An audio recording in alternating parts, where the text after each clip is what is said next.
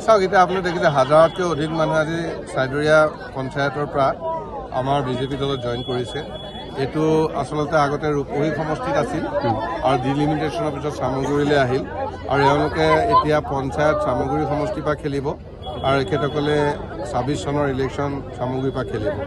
কিন্তু এইটো আচলতে আমি জনাত আগতে কংগ্ৰেছৰ দুৰ্গ আছিল এই চাইদৰীয়া যি পঞ্চায়ত, কিন্তু এতিয়া ৰাইজে আমাক নিমন্ত্ৰণ দিলে যে চামগুৰি সমষ্টিৰ পুৰণা সমষ্টিত যি পৰিৱৰ্তন আনিলে চামগুৰি ৰাইজে, বিশেষকৈ আপোনাৰ আমাৰ মাইনৰিটি ৰাইজে যি সমৰ্থন দিলে যোৱা মানে উপ নিৰ্বাচন দিব্যৰঞ্জন শৰ্মা ডাঙৰীয়াক যি জিকালে, সেই কথাখিনি এই অঞ্চলৰ মানুহে হৃদয়ংগম কৰিছে।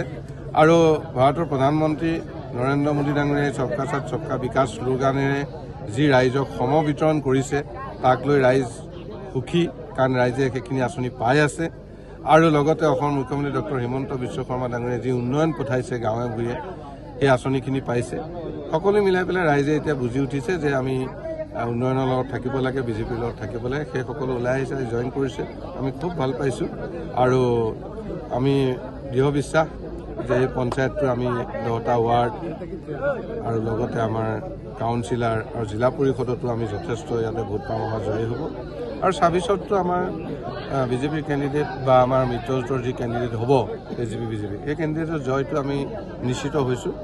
সিদিনা আপোনাৰ আমাৰ পঞ্চায়তত হৈ গ'ল, কাঞ্চনপুৰত হৈ গৈছে, ইলেকশ্যনৰ ৰিজাল্টৰ পিছতে কাঞ্চনপুৰত হৈ গ'ল, আজি ইয়াত হৈ গ'ল আৰু আমাক মাতিয়ে আছে। গতিকে আৰু পঞ্চায়তত আমি গৈ আছোঁ। ইয়াত এতিয়া আৰু বিজেপিয়ে হ'ব আৰু বেলেগ পঞ্চায়ত নিৰ্বাচন। অভিনয় কৰাৰ হেঁপাহ আপুনিও পঢ়ি ৰাখিছে নেকি? আপোনাৰ অভিনয় কৰাৰ অভিজ্ঞতা নাই? কোনো কথা নাই, আপোনাৰ বাবে আহিছে সোণালী সুযোগ। 29 ছেপ্টেম্বৰত দিনৰ 9 বজাৰ পৰা নিশা 8 বজালৈ বলিউড তথা হলিউডৰ চিনেমাৰ বাবে অডিশ্যন হ'বলৈ গৈ আছে গুৱাহাটীৰ কাহিলীপাৰাস্থিত জ্যোতি চিত্ৰবনত।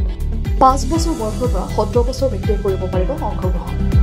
পঞ্জীয়ন হ'ব বিনামূলীয়া, নিৰ্দিষ্ট ৱেবছাইটত কৰিব পাৰিব আবেদন।